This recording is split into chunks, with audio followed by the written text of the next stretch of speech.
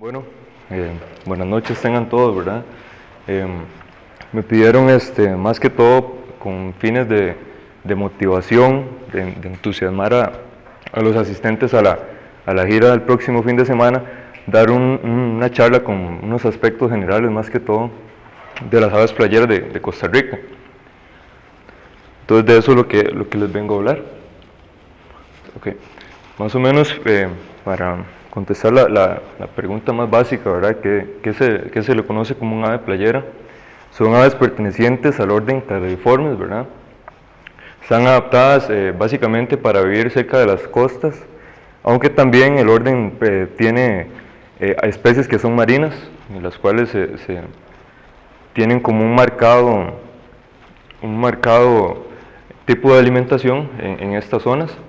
El orden tiene más o menos más de 300 y pico, 350 especies más o menos, y eso es un pequeño porcentaje de las aves del mundo. Sin embargo, están en todos los continentes.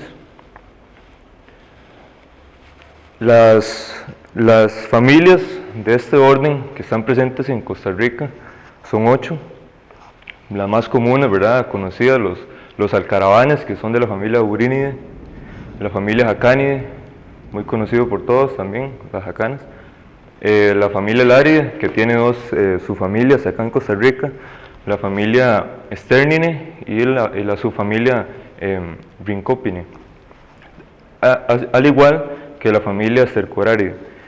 Estas familias para efectos de charla no las voy a profundizar más.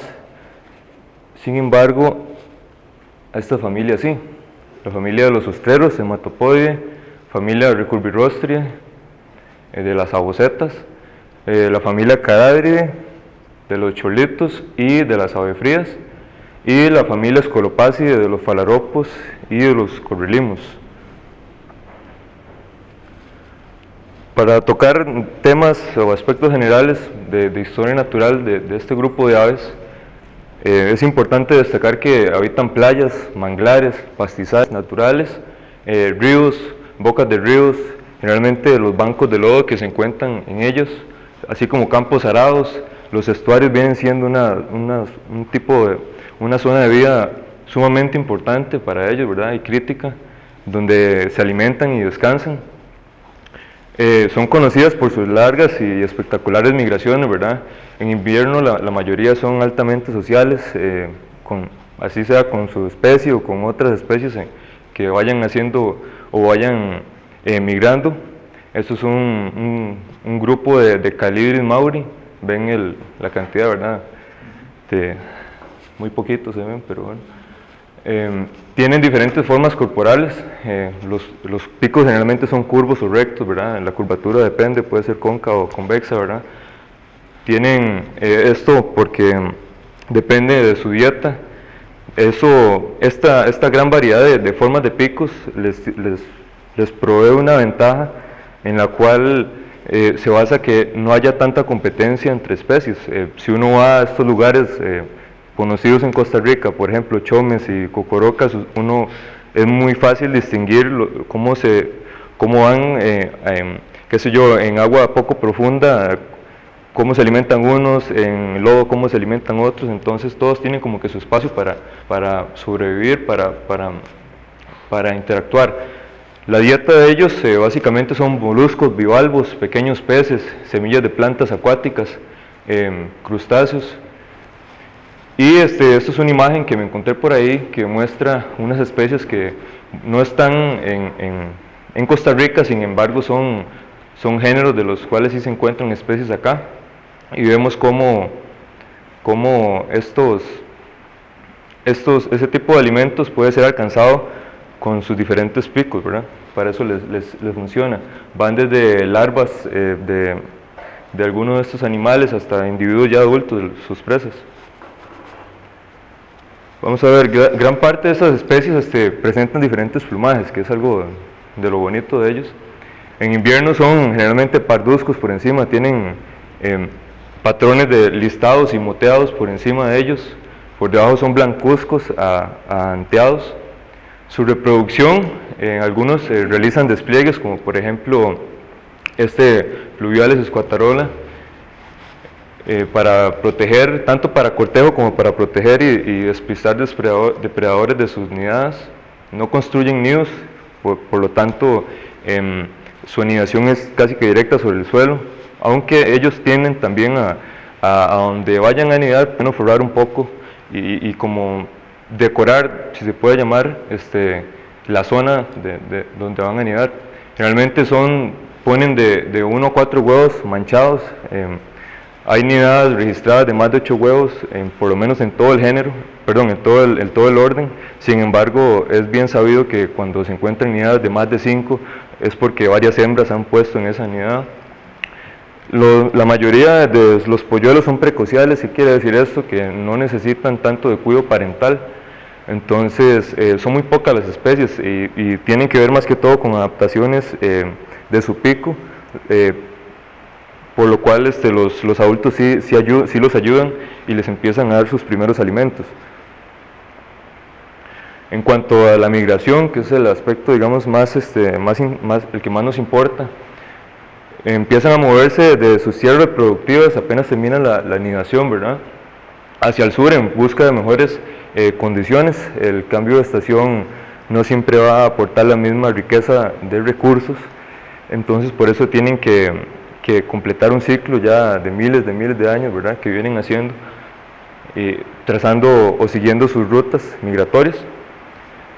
Esto por lo menos en América, ¿verdad? Muchas especies se anidan en los árticos, entonces hay migraciones de especies que van de Eurasia hasta América, así como otras que van hacia África. Antes y durante la migración es importante destacar también que ellos utilizan una serie de sitios para engordar, que eso es como lo más importante que van a hacer, aparte del descanso, ¿verdad? Y ese engorde es básicamente para acumular grasa, la cual es la fuente de energía que ellos van a utilizar durante todo su movimiento, y van a estar mudando constantemente su plumaje para el viaje, ¿verdad? Pierden, qué sé yo, sus plumajes más vistosos para adaptarse o tener plumas más adaptadas a viajes largos, plumas más largas, más fuertes, más resistentes. Las grandes distancias implican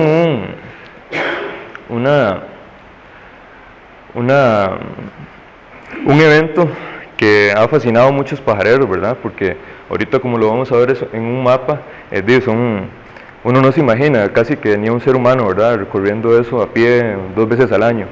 Entonces es algo que nos ha fascinado a la gente que nos gusta las aves. Ellos se agrupan en bandadas de miles. Pueden migrar de noche, así como de día es menos común porque hay muchos depredadores, ¿verdad?, gavilanes, halcones, que frecuentan las zonas costeras. Vuelan con un tipo de vuelo activo que es muy común de las aves de pequeño tamaño, no, a diferencia de las aves rapaces, ¿verdad?, que tienen un vuelo pasivo porque utilizan temales y lo que buscan es gastar la menor cantidad de energía posible, simplemente dejarse llevar. Ellos no.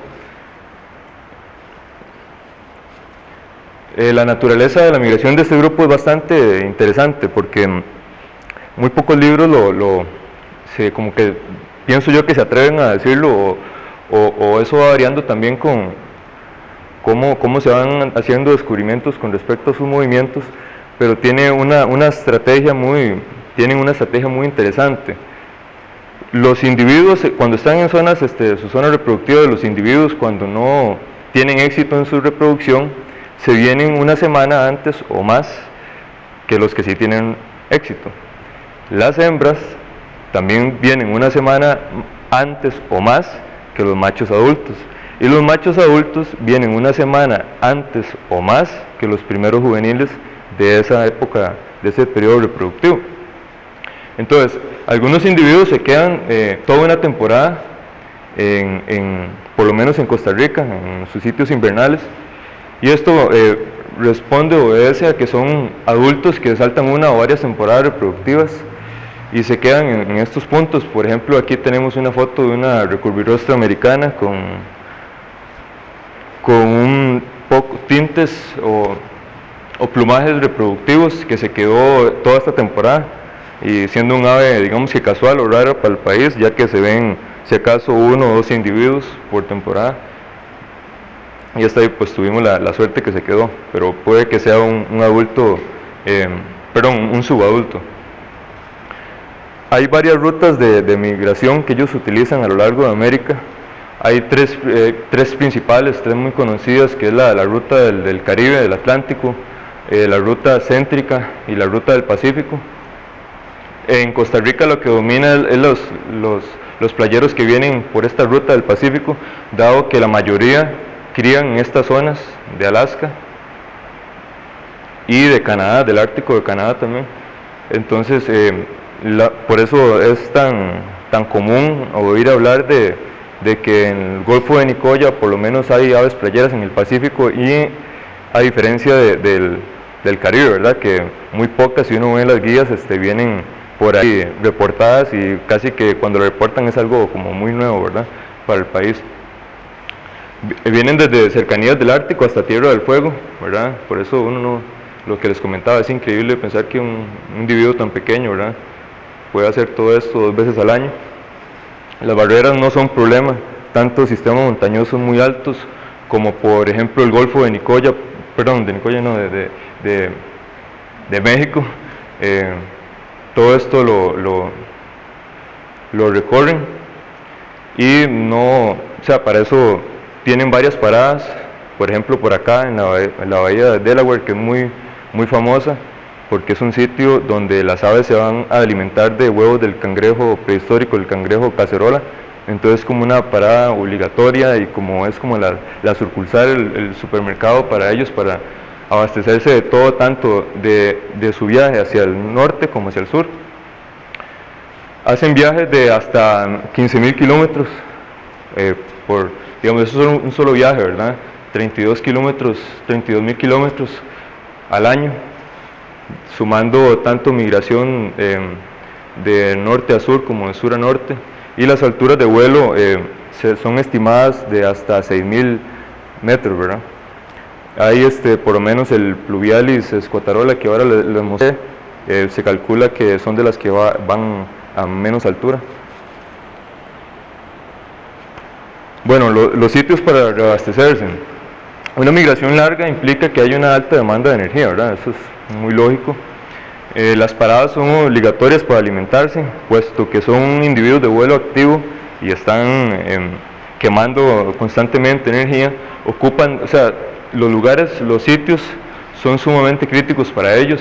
El tiempo que ellos se queden en estos depende varía de especie a especie, y depende de la disponibilidad de alimento, así como la capacidad de ellos transformar sus alimentos en grasa. Aquí vemos 2 sitios, que es de hecho donde va a ser la gira del próximo fin de semana, si Dios quiere, que es Chomes y Cocorocas. Son ambos sitios pertenecientes al Golfo de Nicoya, el cual ha sido declarado para Costa Rica como un área importante para la conservación de las aves, sobre todo acuáticas, ¿verdad? Y les voy a contar una pequeña historia. Hay un individuo de una especie que se llama Calidris canutus, o lazo rojo, red knot en inglés, que fue anillado por ahí del año 95, y cuando fue anillado se le estimó que tenía 2 años. Ese individuo ha inspirado libros como ha inspirado que se hagan estatuas a su honor, cuentos, canciones, obras de teatro, y se le ha convertido en un emblema. ¿Y por qué? Los famosos playeros de la luna. ¿Por qué se le llama así a B95 y a Yeji? Fueron individuos, ¿verdad?, anillados por ahí de los 90, aún hoy siguen vivos. Tienen casi de mi edad, 20 y pico de años, 22 años por ahí, se le calcula a B95. Y eso nadie se lo esperaba, nunca nadie se lo esperó, y han sido reavistados, han sido recapturados después de su anillamiento a lo largo de América. Ellos son de una subespecie que anida al este del Ártico canadiense, si se puede llamar así, y han volado, digamos que 32.000 kilómetros por año, cada 22 años, ¿verdad? O sea, multipliquen, entonces se les ha llamado playeros de la Luna porque han recorrido la distancia equivalente de ir de aquí a la Tierra, de aquí a la Luna, de la Tierra a la Luna y de vuelta. Entonces, y todavía sobra más, ¿verdad? Como si quisieran ir otra vez. Entonces eso es sumamente increíble. Ya les digo, les comento, son datos muy, muy importantes porque han servido han entusiasmado muchas generaciones para poder conservar sitios de donde ellos se van a abastecer, ¿verdad? Para seguir con su migración y su ciclo biológico. Ellos vuelan a una altura aproximada de 5.000 metros del suelo, ¿verdad? También es importante destacar. ¿Cómo ha sido estudiada la migración? Hay muchas técnicas para esto, sin embargo, una muy conocida por la gente que está metida en aves son las redes de niebla, lo cual que aquí hay una, ¿verdad? Una que se ha puesto en una playa, que lo cual tiene como objetivo básicamente agarrar aves, capturarlas en vuelo, y esas aves van a ser medidas, van a ser pesadas, van a ser anilladas con un único número de serie. Sin embargo, también hay otra técnica que no son anillos, sino son banderines que se les ponen en las patas de colores. Y también con esto se busca que hayan recapturas, ¿verdad? Qué sé yo, si anillan una en la bahía de Delaware que ahí les comentaba y la agarran por allá en Tierra del Fuego, entonces ya pueden empezar a hacer interpretaciones de sus rutas migratorias, cuánto está comiendo, cuánta energía, depende de su peso, está utilizando. Y estos datos son totalmente, o sea, no tienen valor, ¿verdad? Son esfuerzos muy grandes que se hacen. Y aquí vemos a uno de estos playeros con un banderín naranja, que es el color de Argentina. O sea, si los anillan en Argentina es del color naranja. ¿Y quién determina los colores? Bueno, programas de anillamiento que hay, el Pan American Shorebird Program ha estipulado cuáles son los colores para todos los países de América.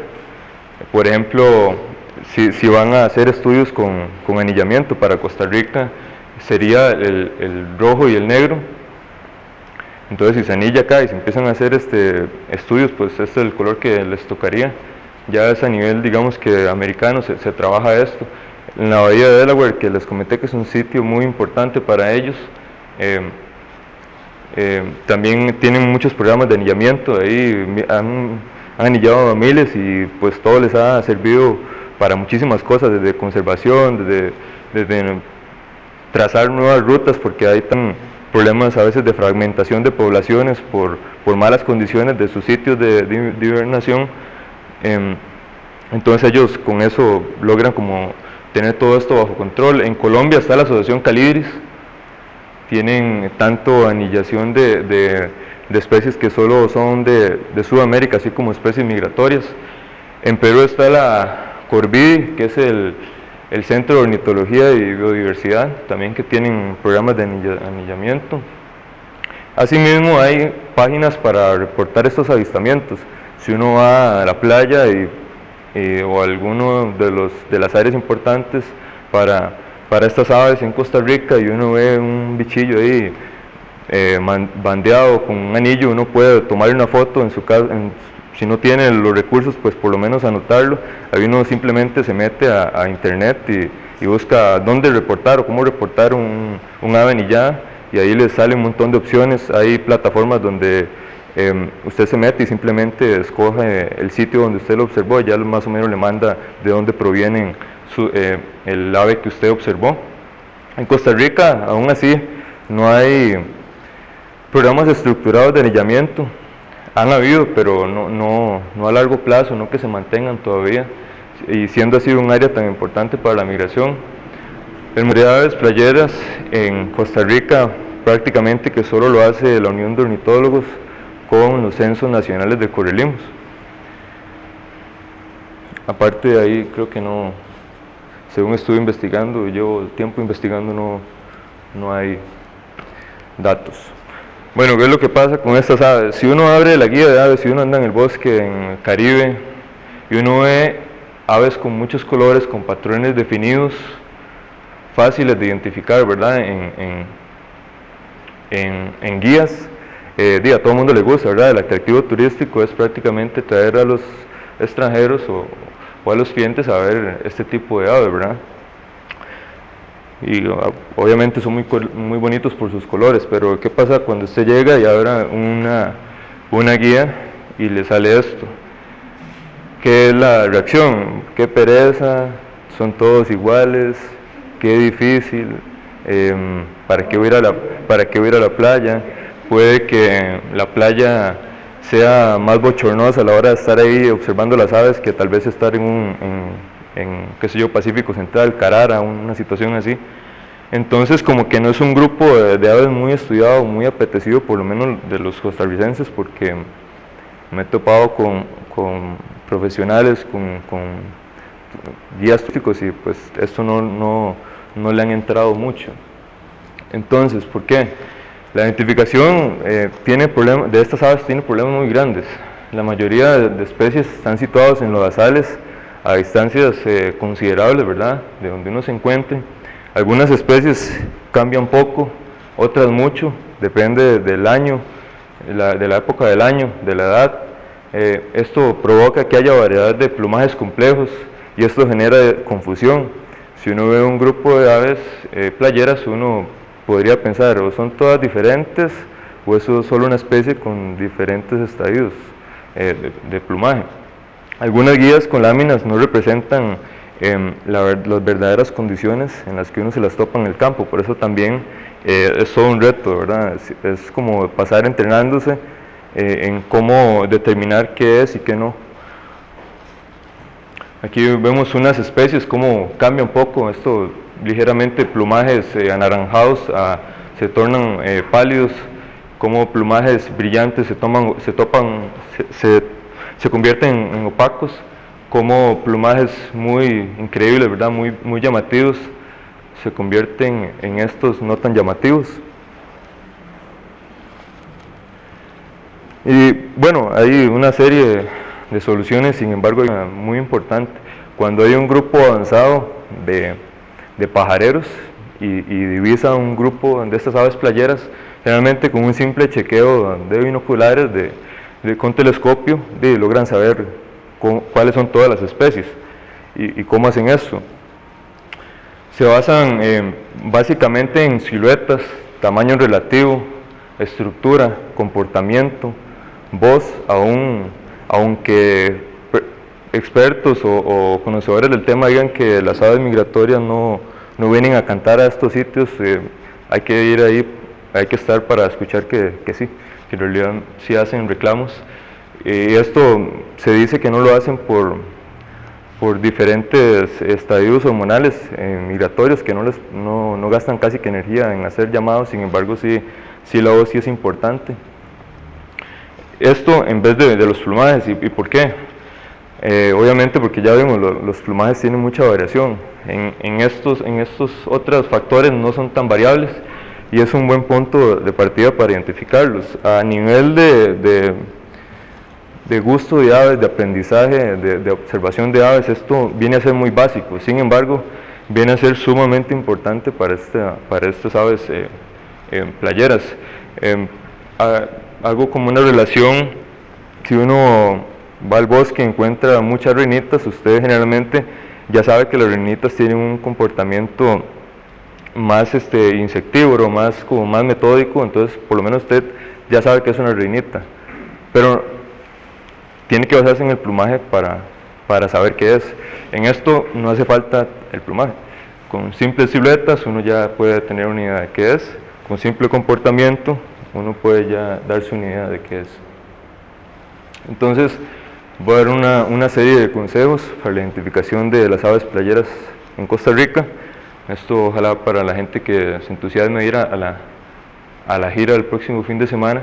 Aquí podemos ver lo que les decía. Aquí están individuos de la familia Caradridae, aquí están de la familia Laridae, aquí están de la familia Scolopacidae. Estos estarán descansando, estos están alimentándose. Entonces vemos cómo hay una segmentación en el comportamiento. Empezamos con la familia Hematopoideae, que es la de los ostreros, que es una familia que a uno siempre que va a estos lugares como que siempre tiene como la expectativa, ¿verdad? Está la expectativa de verlos por su plumaje muy característico, su pico es muy determinante a la hora de identificar, ¿verdad? Y ayuda también a la hora de silueta, por allá cuando usted esté a altas horas de la tarde con poca luz, usted ve una silueta con un pico largo y usted posiblemente sepa que esto es un ostrero, el Hematopus palliatus, lo cual prácticamente lo único que varía en temporada de reproducción y no reproductiva es el color del manto, que viene a ser más apagado en época no reproductiva, y el pico viene simplemente a desteñirse ligeramente de colores rojizos a más anaranjados. La familia Recurvirostria, que es de las abocetas, las cigüeñuelas, los soldaditos. Este es de los pocos representantes de este orden que se reproducen en Costa Rica. Están los soldaditos, muy conocidos por todos, muy bulliciosos cuando uno va al campo.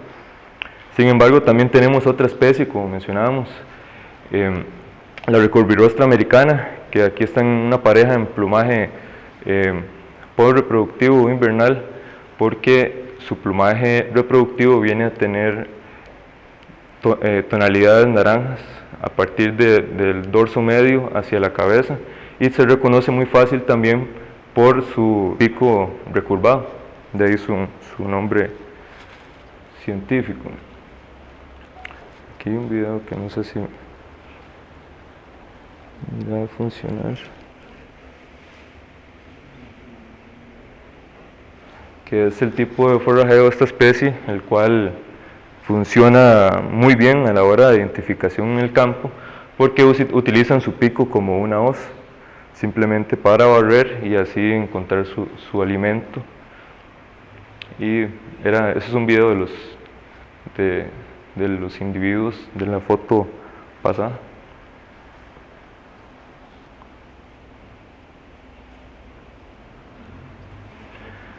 Bueno, ya entramos en las últimas dos familias que vienen a tener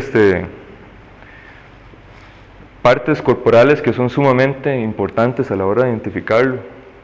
Llámense el color de las patas, que aunque siempre andan embarrilados por las zonas donde se encuentran, algunos se pasan bañando, entonces como que simplemente se le limpian, entonces uno les puede notar muy bien el color de las patas. También está la proyección de las primarias o de las alas respecto al tamaño de la cola, y también está la forma del pico y su tamaño respecto a la cabeza. Eso es de lo básico, también pensando en siluetas más que en plumajes, ¿verdad? Aquí no hay digamos que factores de plumaje que son importantes, sin embargo los corporales, estos son los más determinantes. Entrando a la familia Caradridae, que tiene dos subfamilias en el país, la Vanellidae y Caradridae, que son las avefrías y cholitos, ¿verdad?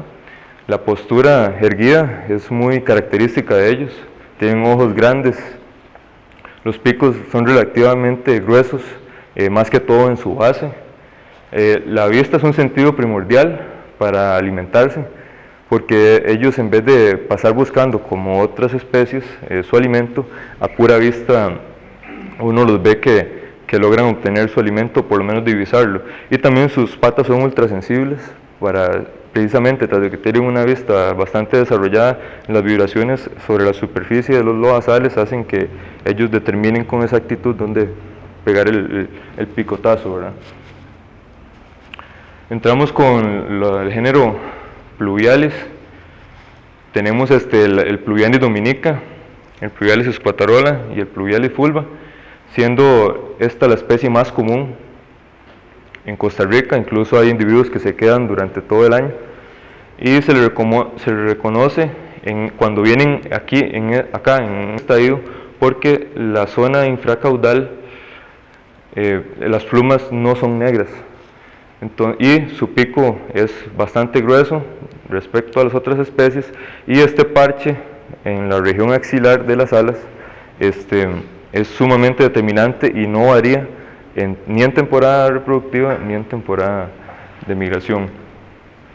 Respecto o contrastándolo con esta especie, una que es menos común, sin embargo sí se ve en pequeñas cantidades en esas zonas del Golfo de Nicoya que vamos a visitar, está el Pluvialis dominica, que tiene una característica que les acabo de mencionar, que las alas, la proyección de las primarias son más largas que la longitud de la cola y tienen su zona infracaudal negra. Asimismo tienen una contextura más delgada, no tan gordilla como esto, y también el pico es casi o menor que el tamaño de la cabeza y es delgado y puntiagudo. También tenemos una especie que ha sido de las recientes agregadas para el país en cuanto a este orden, que es el Pluvialis fulva, el cual es en contextura delgada, es más parecida al dominica, igual en cuanto a proyección de las alas, ligeramente más largas que la longitud de la ala, pero es aún así en plumaje reproductivo como no reproductivo es la más amarillenta de todas. Y también este parche en la zona auricular, esas manchas son realmente importantes a la hora de su identificación. Solo se ha visto una vez, por ahí en 2007, 2009, no recuerdo con exactitud, pero estas serían las especies que hay en Costa Rica. El Vanellus chilensis, que no ha escuchado del ave fría, viene del sur, ya está hasta en la zona central del país, reconocida por su pecho negro, iris rojo, plumas asemejando una cresta, patas largas que vienen a ser de los individuos más grandes de esta familia. De igual manera tenemos el Charadrius vociferus, que es el único de toda la familia que tiene un doble collar negro. En vuelo tiene una rabadilla anaranjada, lo cual ayuda a su identificación, y dichosamente es una especie que es bastante bulliciosa. Entonces si uno no logra diferenciarla dentro de un grupo de playeros, si uno escucha sus reclamos va a saber que se trata de esta especie. Seguimos con Charadrius collaris, que es una especie residente, está anida en las playas de Costa Rica, en gente igual, ¿verdad?, sobre el suelo. Es el único que tiene, de los pocos que tiene un collar completo, un único collar. Es el más cabezón de todos, porque tienen una frente bastante grande y su pico es negro, las patas son claras y es bastante pequeño. También entramos a Charadrius wilsonia, que es el que tiene el pico más grueso respecto a su cabeza de todos los de la familia, y tienen patas claras. Eso es de los más comunes que llegan al país. Si uno tiene suerte uno puede ver más de 100 individuos, todos durmiendo, alimentándose. También vamos al Charadrius nivosus, que es de las especies más raras que se han reportado para el país. Tiene como características principales que sus patas son generalmente oscuras y su pico es negro, y tiene una tonalidad grisácea sobre su dorso. Nunca su collar es completo, y esto es un reporte de hace un par de meses en Chomes que se vio. Sin embargo, tiene patas claras, lo que asemeja que es un estadio, está en transición de cambio de plumaje, ¿verdad? Vamos a Charadrius melodus, que es también de las nuevas adquisiciones para el país. Se vio un par de veces en una playa rocosa en Costa Rica. Se reconoce porque tiene la base del pico naranja. En todos sus plumajes la coloración pálida o gris muy claro sobre su dorso es sumamente determinante, y sus patas son anaranjadas o amarillentas. Se puede confundir con el Charadrius semipalmatus, que es muy abundante también junto con el Charadrius wilsonia en el país.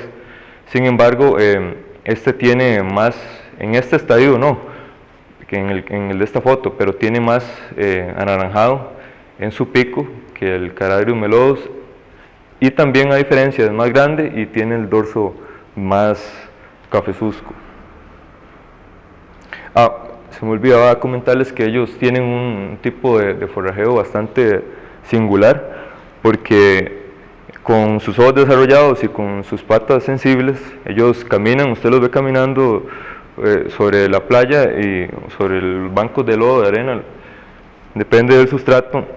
Ellos corren, paran, se detienen, empiezan a tantear un toque con una pata el terreno y después corren a donde ellos sienten que hay algo y uno los ve picotear. Uno no ve, difícilmente va a saber qué está sacando porque son microorganismos lo que ellos, de lo cual se alimentan. Sin embargo, eso de correr, detenerse, de picotear es sumamente importante en cuanto a comportamiento y ayuda para identificar.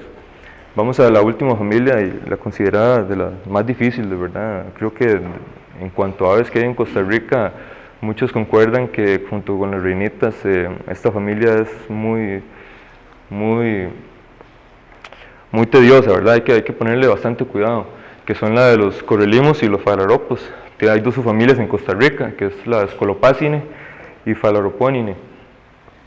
En Scolopacine, ninguna de estas especies han ido en Costa Rica, eso hay que destacarlo. Son, si no me equivoco, 30 y algo de especies y todas son migratorias y todas o la mayoría se encuentran en Chomes y en Cocorocas, para que vean la riqueza de especies que se pueden encontrar ahí. Todas estas tienen alas largas y puntiagudas, poseen cabezas pequeñas. El tamaño de los machos generalmente es mucho más grande o considerablemente grande, relativamente grande que las hembras. En los falaropos como que cambia un toque los papeles. Las hembras son más grandes que los machos y presentan plumajes más vistosos, entonces son como las más elegantes y los machillos como que no, lo que es diferente a lo que se da en las otras familias.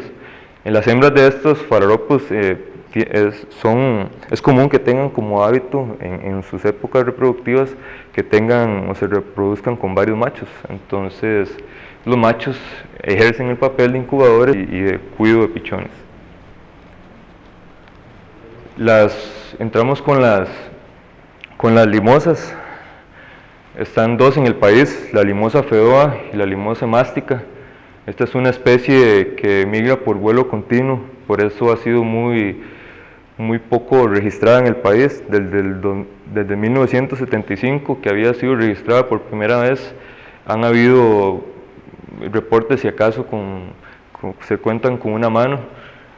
Sin embargo, el año pasado se tomó esta foto en Chomes y vemos a un individuo en transición de plumaje invernal y pues fue la primera para el país, ya el primer registro. Se diferencian con la limosa fedoa, que en realidad son más común y están en buenas cantidades en estos sitios, básicamente porque fuera de su época no reproductiva tienen solo la base como color rosado, como clara, la base del pico, en comparación con la limosa fedoa, que tienen un pico bicolor y son más claras, más rufas en sus plumajes. Igualmente esta en vuelo tiene patrones más negruzcos y como repito, es muy difícil notar esto, hay que contar solo con suerte. De hecho, esto se vio como un par de horas ese día y ya, y posiblemente es porque estaba descansando. Entramos con el género Numenius, un género muy común, o últimamente muy común en el país. Se ha encontrado que a partir casi que del 2011, no se saben las razones, pero ha sido más común en el país, no en cuanto a número, más sí en cuanto a ocurrencia, puesto que en estos lugares Chomes y Cocorocas se han divisado.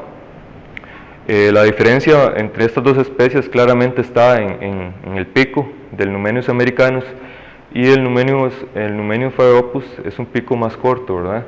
Igual que tiene una lista pilial más marcada, negra, y también en esta foto podemos ver, eso fue en Chomes, como en las patas del americano se está descansando el phalaropus, y ahí podemos ver la longitud de sus picos, ¿verdad? En su diferencia. Cuando este está en vuelo es más rojizo. Hace poco, de hecho hace como 15 días, reportaron esta foto, nos reportaron esta foto en Choms, entonces si contamos con suerte lo podríamos observar. Entramos con las agujetas, los limnodromus. ¿Por qué se les llama así? Tienen un hábito, un comportamiento de forrajeo bastante peculiar, que parecen como, le llaman en los libros máquinas de coser, porque andan hundiendo el pico bastante frecuente y cuesta más bien a veces que saquen la jupilla del agua para encontrar su alimento, generalmente crustáceos.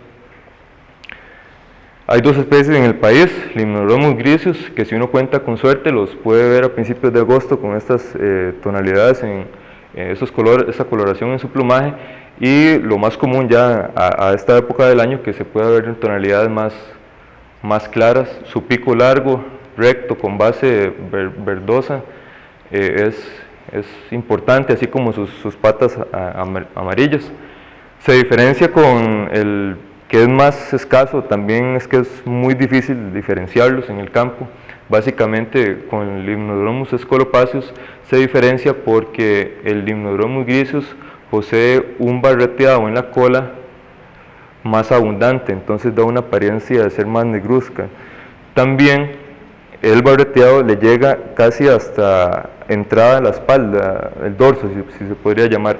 Esta no, esta lo vemos, bueno, si logran ver bien, no sé, básicamente le llega hasta por acá el barreteado, y esta es más escasa. Digo esto con respecto al plumaje porque en aspectos corporales es muy difícil, es muy relativo todo. Ahí sí, si usted ve, digamos, esta especie juntas, y uno dice, si este es el de pico más largo, y en inglés, si este es el de pico más corto, ¿qué es largo y qué es corto? Eso depende mucho de si es una hembra, si es un macho, ¿verdad? Entonces, lo más importante en cuanto a su diferenciación es en vuelo. Notarle esto y estar entrenado por lo menos para observarles esto, a ver cuál de todos los Limnodromus griseus es un scolopaceus. Las tringas semipalmata, que empezamos con las tringas, de los pocos representantes de esta familia que tienen una lista alar bastante marcada, así con esta coloración en las primarias negruzca, es muy clave, así como su pico bicolor, como la base grisácea y la punta del pico negro. Su dorso es también grisáceo, puede ser oscuro, puede ser pálido. También está la tringa incana. Bueno, esto frecuenta mucho las playas, eso también es muy importante. La tringa incana casi que solo frecuenta las partes rocosas de las playas, difícilmente se va a ver en Chomes, porque aquí, si migran, donde migran de una vez es aquí, a este tipo de zonas, de estructuras, y se alimentan igual de toda la fauna que queda entre la marea, de conchillas, de bivalvos, de todo este tipo de fauna. Sus patas amarillas son claves, así como su dorso grisáceo y pico largo y recto. La tringa solitaria tiene un anillo ocular completo y un punteado especial blanco sobre un dorso parduzco, igual que patas amarillentas, y es muy pequeña también, es como de las más pequeñas de las tringas. Entonces eso ayuda a su identificación, pico largo, recto, casi del tamaño, un poco más, el pico un poco más largo que el tamaño de su cabeza. Venimos a la tringa flavipes, que a comparación con la melanoleuca, tiene su pico casi que del tamaño de la cabeza. La tringa melanoleuca tiene el pico más grande que su cabeza. Y algunos individuos es más fácil notarse la distancia, que tienen aspecto de que tengan una ligera curvatura hacia arriba en su pico. También la tringa flavipes en vuelo tiene la rodilla blanca, entonces es algo que ayuda a su identificación y cómo descartar en estas dos especies. De igual manera esta especie es más grande. Los vuelvepiedras, el arenaria impres, posee unos talones sumamente fuertes y un pico especializado para levantar estructuras y picotear la fauna que queda debajo de estas, y se reconoce más fácilmente por sus patas rojizas y su cara manchada blanquinegra. La Actitis macularius, el alzacolita, tiene ese apodo, se le ha dado a su comportamiento de constantemente levantar la cola. Entonces cuando usted va en la playa, a algún río, usted ve una especie que solo está haciendo así, usted ya sabe que es esta especie. Entonces, a diferencia de la tringa solitaria, tiene un anillo ocular incompleto y patas claras. Entramos con especies que son importantes o frecuentan las zonas más interiores del país. Una de ellas es la Bartramia longicauda, que como hablábamos de las proyecciones de las primarias, esta tiene las alas bastante cortas respecto a la cola, tiene patas amarillentas y pues ha sido reportada en diversidad de potreros, digamos, esta foto es del aeropuerto Juan Santamaría. Entonces les da por migrar a estas zonas más hacia adentro, no tanto a las costas. Sin embargo, sí se puede ver en arrozales, en estos sitios, ¿verdad? Viene Calidris subruficolis. Esto contamos con suerte hace por lo menos 3 años, 4 años, de ver más de 30 y algo en el aeropuerto. Su plumaje más tirando a un color dorado es sumamente clave. Es muy escaso, es raro, pero se ha estado reportando en arrozales de Quepos, de Ciudad de Nelly. Entonces simplemente es también contar con suerte. Entramos al grupo de las especies que tienen las alas más largas y relativamente son o ligeramente más grandes que unos de individuos de la misma familia, que vamos a tocar ahora más adelante, pero serían el Calidris bairdi y el Calidris fusicolis. Vemos como las primarias sobresalen la cola. Esta especie tiene el pico siempre negro, es delgadito, ¿verdad? Y tiene el pecho bastante manchado, listado. Y también está el Calidris fusicolis, que a la diferencia del otro, siendo que tiene igual la proyección alar bastante pronunciada, tiene la base del pico anaranjada. Y en vuelo ya es otra cosa, las dos especies. Su nombre en inglés determina que este tiene la rabadilla blanca y esta no la tiene así. Entonces en vuelo también es sumamente fácil diferenciar. Los Calidris canutos, como hablamos anteriormente, el de los playeros lunares, en época reproductiva tienen una tonalidad rojiza y en época no reproductiva son blancuzcos. Sin embargo, las patas verdosas y los flancos barreteados, así como el pico recto y con textura más abombada, ayudan a su identificación. Los nuevos géneros que han cambiado hacia Calidris, por ejemplo el Calidris virgata presenta, como mencionaba anteriormente, un cambio en su plumaje, de más brillante y más claro a algo más opaco. Aquí ya se estaba viendo, hace como 15 días se veían grupos bastante grandes en chomes de esta especie. Para los que no la han visto, sus patas amarillentas y la base del pico como de color carne son muy importantes a la hora de su identificación. También el Calidris alpina, que se ha reportado grupos de hasta más de 50, si no me equivoco, en Cocorocas hace unos años, siendo una especie bastante escasa para el país. Se reconoce más que todo por el pico con aspecto de curvado. También tienen una contextura corporal más abombada. Entonces la diferencian de otras especies similares que vamos a tocar ahorita.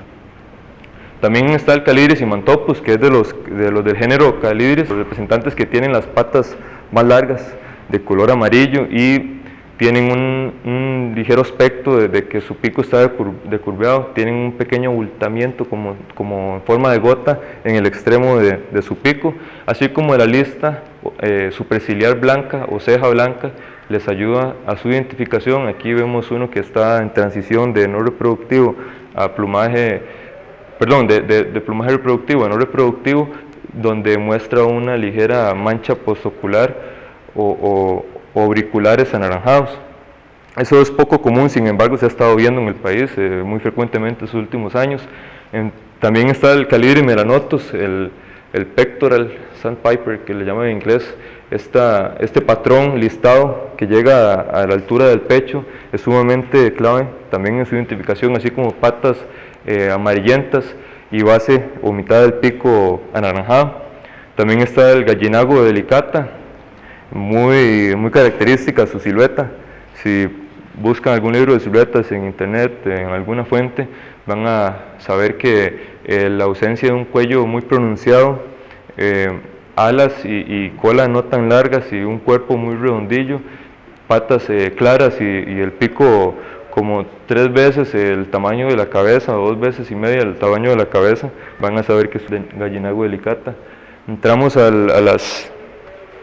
para ir también finalizando en cuanto a la identificación a las especies más abundantes y por ende también las más difíciles de identificar en Costa Rica, que son Calidris minutila, Mauri, Pusila y Alba. La minutila, respecto a las otras 3, es el único que presenta patas amarillas. También tiene un pico con un ligero aspecto de curvatura hacia abajo y delgado, negro. Calidris mauri, patas negras y pico en su base grueso y ligeramente curvado también. Eso depende de su longitud, si es macho o hembra, porque puede que las hembras, al ser más grandes, determinen o hagan que se confunda con Calidris alpina que acabamos de ver. También que Calidris pusila, patas negras y un pico negro muy corto y ligeramente grueso también en su base. Calidris alba es también uno de los más fáciles de reconocer por su comportamiento, debido a que en inglés le llaman sanderling. Ellos, cuando, digamos, en una playa rompe una ola, entonces ellos le huyen a la ola, pero cuando la ola va de regreso, entonces ellos aprovechan para meterse y empezar a buscar ahí todo lo que digamos que la ola trajo. Después, cuando vuelve a caer la ola, entonces se vuelven a mover, entonces ahí como que andan jugando en ese sentido, entonces es bastante fácil de reconocerlo. Patas negras y pico negro, y así como una tonalidad muy blancuzca en la zona ventral, ayudan a su identificación, y también les encanta estar en grupos de por lo menos de más de tres individuos, es bastante común verlos. Las rarezas del país, está Calidris ferruginea y Calidris pugnax. Aquí obviamente este no va a llegar aquí con este plumaje, ojalá llegara así. Sin embargo llega a ha sido reportado 2 veces en Chomes. Los datos de los años no están anotados, no están en las bases de datos, sin embargo ha sido reportada un par de veces acá. Esta también muy escaso, si acaso igual los registros con una mano se pueden contar. Sin embargo esta fue del año pasado en los rosales del Pelón de la Bajura y tiene en vuelo esta rabadilla muy característica blanca, y de los que tienen el pico curvo hacia abajo negro, este es el que lo tiene más pronunciado. Asimismo es bastante grande y de patas negruzcas. El Calidris pugnax, si alguien topa con suerte, es de los más grandes, tienen un vuelo muy lento para ser un Calidris, y tiene patas amarillentas. Venimos con los Phalaropus, que son 3 especies de las que hay reportadas para el país. Estas son hembras. Ya vemos cómo les comentaba que las hembras tienen un tamaño mucho mayor respecto a los machos. Aquí el Phalaropus tricolor, esta es una hembra y esta es un macho. Este es el más común de todos, se pueden ver con suerte en Cocorocas grupos de hasta más de 30 individuos. Hay fotos, registros, videos de años anteriores que ha sido también más común. Phalaropus lobatus, que esta y esta especie vienen a ser especies de alta mar. Esta muy rara de ver, sin embargo, para la gente que anda en botes, en lanchas, en viajes, en ferries, en todo eso puede topar con suerte, como topó una gente el año pasado, y este año también, si no me equivoco, de ver esta en aguas por Cabo Blanco. Y esta en Chomes también, de esta ave siendo marina, llegó a descansar acá, y se reconocen los 3 porque son del género, de la familia, las especies más marinas. Tienen un hábito, un forrajeo bastante peculiar, y se identifican más que todo el Phalaropus tricolor por un pico largo, negro, delgado, patas amarillentas, esta por una mancha postocular un pico negro también, y esta por tener la base del pico color carne o anaranjada. Este es también su tipo de forrajeo típico. Esto es muy común de ver en Estados Unidos y bastante vacilón. Lo que buscan con estas vueltas es como desordenar el agua, y así que qué sé yo, las semillas que encuentren de algas, el plancton, todo su alimento, hacerlo como al alcance, nada más picotear mientras van dando vueltas. Si lo ven en alta mar también van a saber que son falarocos. Algo sumamente importante que me dio la tarea de agregar a la charla fue la problemática que tienen estas aves con el ser humano. Una problemática más importante ha sido la destrucción de su hábitat, ¿verdad? Eso para muchas especies de animales, sin embargo para ellas es igual, ¿verdad? Bastante crítico, siendo el drenaje de humedales lo que más las afecta. La eliminación de pastizales por monocultivos, eso les restringe sus sitios para migrar.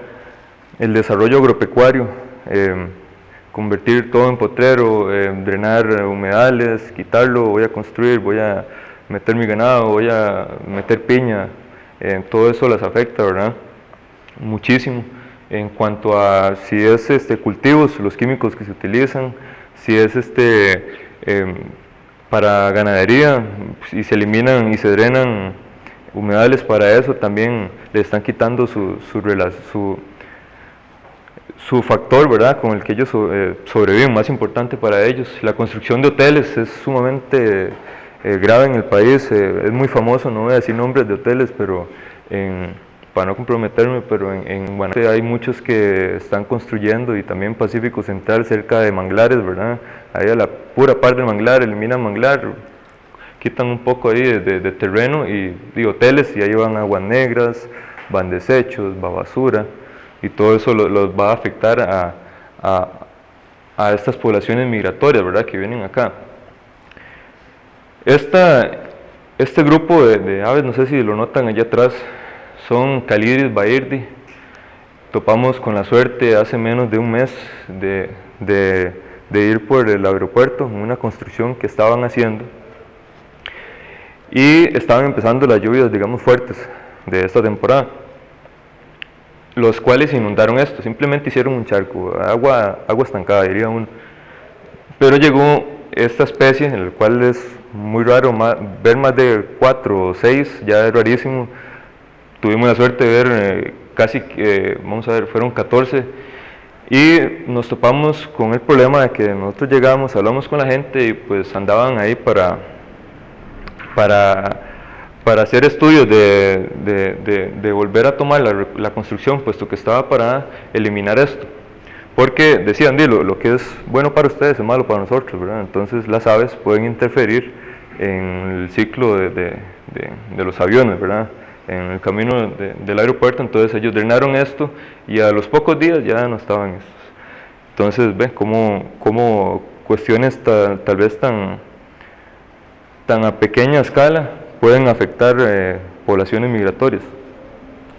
La contaminación, la abundancia de basura en manglares les afecta muchísimo, ¿verdad? Toda la descomposición de desechos, metales pesados, situaciones qué sé yo, objetos que puedan tragar, confundir con su alimento, es sumamente grave. Pueden también quedar atrapadas en ellos y obviamente morir. Los desechos tóxicos, agroquímicos, desechos industriales, derrames de petróleo y sus derivados, y la sedimentación de estos también vienen a matar las poblaciones de sus presas, ¿verdad? Entonces, si vienen acá y tras de que vienen a descansar, reabastecerse y no encuentran nada, y todo es de mala calidad, todo es tóxico, imagínense qué va a pasar con esas poblaciones. La fragmentación, o todo esto que he hablado anteriormente, provoca que haya muchas poblaciones migratorias que al no encontrar sus sitios ya establecidos de hibernación, lleguen, se empiezan a fragmentar poblaciones, empiezan a explorar otros sitios, empiezan a utilizar otras rutas, empiezan a llevar aves cansadas a sitios donde no deberían estar llegando. Entonces ya vemos, por ejemplo, cómo cómo las afecta a ellas. La competencia directa con humanos, ¿verdad? Un problema de difícilmente acabar. La concentración de personas en las playas, ¿verdad? Cómo las asustan, cómo todo el mundo, o las aves o yo, y mejor yo, ¿verdad? Sitios de recreación que son utilizados, ¿verdad? Versus áreas de anidación, por ejemplo, Caradrius Collares, que anida aquí en Costa Rica. Allá en Chomes hay una playa pública, entonces, y usted ve estos animalillos, y si usted topa con la mala suerte, usted hasta ve personas del pueblo cazándolas o simplemente haciéndoles daño, tirándoles con una flecha, con un rifle de copas. Entonces vemos cómo esto los puede afectar. También las mascotas, en Chomes también hace 15 días o más o menos, íbamos llegando ahí en un grupo de ornitología que andábamos, y pude ver cómo perros y gatos andan cerca de los sitios de descanso.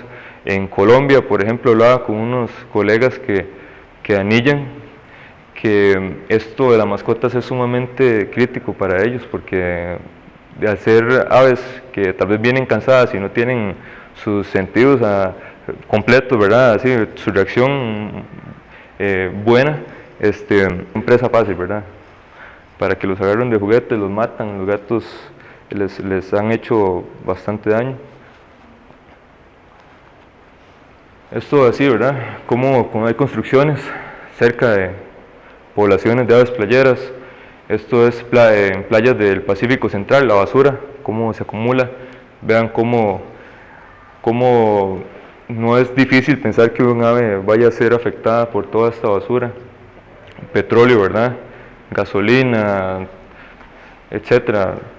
Todos estos derivados, cómo pueden afectar a las poblaciones. Un día me encontré esta imagen aérea en una red social, no me acuerdo ahorita la página. Esto es Punta Arenas, y vemos la cantidad de sedimento que está aportando estos ríos al estero de Punta Arenas. Aquí recuerdo que hay muchos colegas, amigos, gente que vive por acá y que van a ver aves a este parche. Vean la exposición directa y la problemática, ¿verdad? Tan marcada que se da.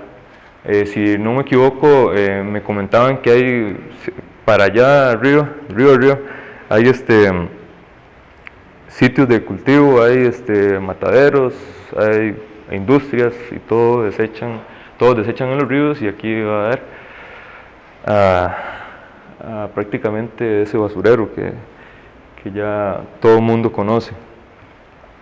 ¿Qué se puede esperar en Costa Rica de estas aves migratorias? Bueno, registros de aves, de especies de aves nuevas para el país.